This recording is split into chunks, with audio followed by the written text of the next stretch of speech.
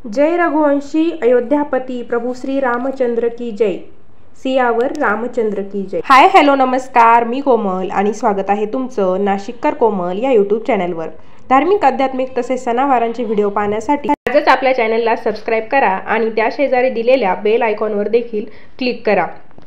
तर बघा, आपल्याला देखील 22 जानेवारीला अयोध्येला जे काही प्रभू श्री रामचंद्रांच्या मंदिराचं उद्घाटन, मूर्तीची प्राणप्रतिष्ठा होणार आहे, त्यासाठी निमंत्रण म्हणून अक्षदा आपल्या घरी आलेल्या आहे। बऱ्याच जणांच्या घरी अक्षदा पोहोचल्या असतील, बऱ्याच जणांच्या घरी पोहोचलेल्या नसतील। तर तुमच्या घरी जर या अक्षदा आलेल्या असतील तर त्यांचं काय करायचं, त्या नेमक्या कुठे ठेवायच्या याबद्दलची सविस्तर माहिती आपण आजच्या व्हिडिओमध्ये बघणार आहोत। चला तर मग व्हिडिओला सुरुवात करूया। तर आपला जो काही हिंदू धर्म आहे, हिंदू धर्मामध्ये अक्षदांना विशेष असं महत्त्व आहे। अगदी प्राचीन काळापासून अक्षदा ह्या एखाद्या मंगल कार्याचं निमंत्रण देण्यासाठी वापरल्या जातात। विशेषतः त्या अक्षदांना पिवळं केलेलं असतं, म्हणजे पिवळा रंग त्या अक्षदांचा असतो आणि त्या अक्षदा घरोघरी देऊन कार्यक्रमाचं निमंत्रण दिलेलं असतं। आजही बऱ्याच ठिकाणी जेव्हा आपण लग्नाचं निमंत्रण देण्यासाठी जातो तर तेव्हा अक्षदा देतात आणि मग आमच्याकडे लग्न आहे, हे कार्यक्रम आहे, तुम्ही या असं सांगितलं जातं। तर थोडक्यात काय, या जे काही अयोध्येला जो कार्यक्रम होणार आहे 22 जानेवारीला, त्यासाठी निमंत्रण म्हणून आपल्याला त्या अक्षदा मिळालेल्या आहे।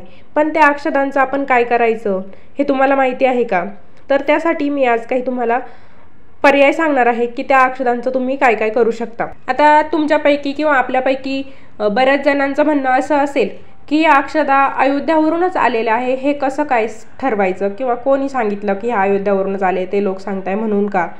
तर बघा, आजकाल धावपळीच्या युगात इतका कोणाला वेळ नाही की ते घरोघरी जाऊन अक्षदा वाटत बसतील आणि सांगत बसतील की अयोध्यावरून ही अक्षदा आलेला आहे। असो, शेवटी हा ज्याच्या त्याच्या विश्वासाचा भाग आहे। काही जणांपर्यंत या अक्षदा अजूनपर्यंत पोहोचलेल्या नसतील, पुढच्या 5-7 दिवसात त्या पोहोचून जातील, किंवा नाही पोहोचल्या तरी देखील आपल्याला 22 जानेवारीला दिवाळी साजरी करायची आहे। आपल्या घरीच ज्याप्रमाणे आपण दिवाळीला सजावट करतो त्याप्रमाणे सजावट करून आपल्याला प्रभू श्री रामचंद्रांचं स्वागत करायचं आहे आणि त्यामुळेच आपल्याला पुन्हा दिवाळी साजरी करायची आहे। आपल्याकडे एखादी व्यक्ती येऊन आपल्याला थोड्याशा अक्षदा आणि त्यासोबत 2 कार्ड देऊन गेलेली असतील, तर त्यापैकी एक जे कार्ड आहे त्यावरती प्रभू श्री रामचंद्रांचं जे काही अयोध्याला नवीन मंदिर झालेलं आहे तर त्याचं प्रतिमा आपल्याला फोटो दिलेला आहे आणि खाली लिहिलेलं आहे श्री राम जन्मभूमी निर्माणाधीन मंदिर अयोध्या। आणि दुसरं जे काही कार्ड आहे त्याच्यावरती विश्वभरातील राम भक्तांना निवेदन केलेलं आहे आणि ते निवेदन असं आहे की माता भगिनी आणि बंधूंनो, येणाऱ्या 22 जानेवारी 2024 वार सोमवार या शुभ दिवशी श्री राम जन्मभूमीवर बांधण्यात येत असलेल्या नवीन मंदिराच्या तळमजल्यावरील गर्भगृहात प्रभू श्रीरामांच्या बालस्वरूपातील नवीन मूर्ती विराजमान होऊन तिची प्राणप्रतिष्ठा केली जाईल। या निमित्ताने अयोध्येत अभूतपूर्व आनंदाचे वातावरण असेल। तुम्हीही प्राणप्रतिष्ठेच्या दिवशी घोषित वेळेपूर्वी तुमच्या गावातील, परिसरातील, कॉलनीतील मंदिरात शेजारच्या रामभक्तांना एकत्र करून भजन कीर्तन करावे आणि दूरदर्शन किंवा LED स्क्रीन लावून अयोध्येतील प्राणप्रतिष्ठेचा समारंभ समाजाला दाखवावा।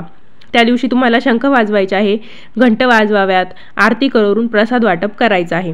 कार्यक्रमाचे स्वरूप मंदिर केंद्रित असावे। आपल्या मंदिरात आलेल्या देवी देवतांचे भजन कीर्तन, आरती, पूजा इत्यादी करावे, त्याने सर्व देवी देवता प्रसन्न होतील। संपूर्ण भारताचे वातावरण सात्विक आणि राममय होईल। प्राणप्रतिष्ठेचा समारंभ दूरदर्शनद्वारे थेट प्रक्षेपित केला जाईल आणि अनेक चॅनल्सद्वारे प्रसारित केला जाईल। प्राणप्रतिष्ठेच्या दिवशी सूर्यास्तानंतर संध्याकाळी देवांना प्रसन्न करण्यासाठी आपल्या घरासमोर दिव्यांच्या माळा लावून सजावट करावी। जगभरातील कोट्यावधी घरांमध्ये दीपोत्सव साजरा हो।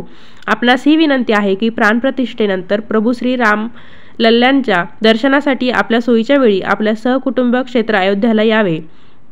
राम लल्ला हम आएंगे, पॉलिथिन नहीं लाएंगे, स्वच्छ अयोध्या धाम बनाएंगे, निवेदक श्री राम जन्मभूमी तीर्थक्षेत्र असं एका बाजूने लिहिलेलं आहे आणि दुसऱ्या बाजूने श्री राम जन्मभूमी मंदिराचे विवरण केलेलं आहे। आपल्याला घरोघरी ह्या ज्या काही अक्षदा मिळाल्या आहे तर ते रामलल्लाचे दर्शन घेण्यासाठी अक्षदा देऊन निमंत्रण देण्याचे अभियान आहे, त्यामुळे आपल्याला हे अक्षदा मिळालेलं आहे. त्या अक्षदा देताना आपल्याकडून कोणताही निधी संकलन केलेला नाही. त्यांनी फक्त अक्षदा आणि सोबत 2 कार्ड दिलेले आहे. ज्यांना कोणाला काही राम मंदिरासाठी निधी द्यायचा असेल त्यांनी तो ऑनलाईन करू शकता असं देखील त्या कार्डवर सांगितलेलं आहे. तर ह्या ज्या काही अक्षदा आहे तर त्यांचं आपण करायचं काय, त्या कुठे ठेवायच्या, त्या इकडे तिकडे पडू द्यायच्या नाही, पायदळी येऊ द्यायच्या नाही. कारण घरात छोटी मुलं असतात, त्यांना काही समज नसते की हे काय आहे, ते खेळता खेळता पाय वगैरे पडतील. तर ती काळजी घ्यायची आहे की कोणाच्या अक्षदा त्या पायदळी येणार नाही. तर या अक्षदांचं काय करायचं आहे, बऱ्याच घरी जेव्हा भाविकांनी त्या अक्षदा पोहोचवल्या तेव्हा असं सांगितलं आहे की जेव्हा कधी तुम्ही अयोध्येला प्रभू श्री रामचंद्रांच्या दर्शनासाठी जाल तर तेव्हा त्या अक्षदा सोबत घेऊन तिथे प्रभू श्री रामचरणी अर्पण करायचे आहे. किंवा 22 जानेवारीला तुमच्या आसपास कुठे राम मंदिर असेल तर तिथे जाऊन त्या अक्षदा प्रभू श्री रामचंद्रांच्या चरणी अर्पण करायचे आहे. किंवा काही ठिकाणी स्पेसिफिक एखादं मंदिर सांगितलेलं आहे की हे मंदिर आहे, तिथे तुम्हाला त्या अक्षदा अर्पण करायच्या आहेत. जर तुम्हाला तिथे जाऊन अर्पण करणे शक्य नसेल तर त्या अक्षदा तुम्ही तिजोरीमध्ये ठेवू शकता. एका लाल रंगाच्या वस्त्रात त्यांची पोटली बनवून तुम्ही त्या अक्षदा तिजोरीमध्ये ठेवू शकता. किंवा 22 जानेवारीपर्यंत एका लाल रंगाच्या कपड्यात बांधून ठेवून देवघरात ठेवायच्या आणि त्यानंतर तुमच्या घरात जे काही तांदूळ असतील तर त्यामध्ये त्या अक्षदा मिसळून द्यायच्या आहे. किंवा मग तुम्ही काही भात वगैरे शिजवला 22 जानेवारीच्या वेळेस तर तेव्हा तुम्ही त्यामध्ये गोड भात केला तर त्या गोड भातामध्ये तुम्ही ह्या अक्षदा टाकू शकता. तर या अक्षदा थोड्या आहे त्यामुळे त्याच्यापासून सेपरेट आपल्याला गोडाचा भात शिजवणे शक्य होणार नाही. त्यामुळे तुम्ही त्यामध्ये आणखी तांदूळ मिसळून त्याचा गोड भात नैवेद्य म्हणून 22 जानेवारीला बनवू शकता. त्यानंतर जर कोणाला मासिक पाळीची अडचण असेल, तुम्हाला ह्या अक्षदा असं वाटतं की अरे आपल्याकडून याची मानवांता होणार नाही, तर तुम्ही आपल्या गौमातेला त्या अक्षदा हळदी कुंकू लावून त्या अक्षदा गौमातेला खाऊ घालू शकता. किंवा मग तुमच्याकडून जर त्या अक्षदा सांभाळून ठेवणं शक्य होणार असेल आणि तुमचं अयोध्येला दर्शनासाठी जाण्याचं काही प्लॅनिंग असेल तर त्यासाठी तुम्ही त्या सांभाळून ठेवायच्या. आणि जेव्हा कधी तुम्ही भविष्यात 1-2 वर्षात किंवा 2-3 महिन्यात अयोध्येला जाण्याचं प्लॅनिंग कराल तर तेव्हा त्या आठवणीने सोबत घेऊन प्रभू श्री रामचंद्रांच्या चरणी अर्पण करू शकता. किंवा तुम्हाला असं वाटत असेल का अरे हा तर अयोध्येचा प्रसाद आहे आणि याचं सेवन कुटुंबातील प्रत्येक व्यक्तीकडे झालं पाहिजे, तर त्यासाठी तुम्ही जो काही गोडाचा नैवेद्य 22 जानेवारीला बनवशाल तर त्या नैवेद्यामध्ये तुम्ही त्या अक्षदा देखील शिजवून घेऊन कुटुंबातील प्रत्येक सदस्याला तो प्रसाद देऊ शकता. आणि जर एवढ्यात तुमच्या घरात कोणाचं नवीन लग्न होणार असेल पुढच्या 1-2 महिन्यात तर त्यासाठी लग्नासाठी आपण घरी अक्षदा बनवतच असतो, तर त्या अक्षदांमध्ये देखील आपण या अक्षदा मिसळून देऊ शकतो. कारण बघा, आपण जर एखादी नवदाम्पत्य बघितलं, आपण लग्नाला गेलो तर आपण म्हणतो हा जोडी एकदम रामसीतेसारखी आहे, लक्ष्मीनारायणासारखा जोडा शोभून दिसतोय, तर त्यांना आपण देखील देवांचीच उपमा देत असतो. म्हणून आपण या अक्षदा त्या अक्षदांमध्ये देखील मिसळू शकतो. तर असे बरेच पर्याय मी तुम्हाला सांगितलेले आहे की या अक्षदांचं तुम्ही नक्की काय करू शकता. अशा प्रकारे यावर्षी आपल्याला 2दा दिवाळी साजरी करण्याचा मौका आहे. त्यामुळे धूमधडाक्यात, फटाक्यांच्या गजरात, दिव्यांच्या रोषणाईत, गोडाधोडाच्या नैवेद्यात आनंदाने उत्साहाने 22 जानेवारीला आपण दिवाळी साजरी करूया आणि प्रभू श्री रामचंद्रांचे स्वागत पुन्हा एकदा तेवढ्याच उत्साहाने आनंदाने करूया. कारण राम आएंगे तो अंगना सजाऊंगी, दीप जला के दिवाली में मनाऊंगी.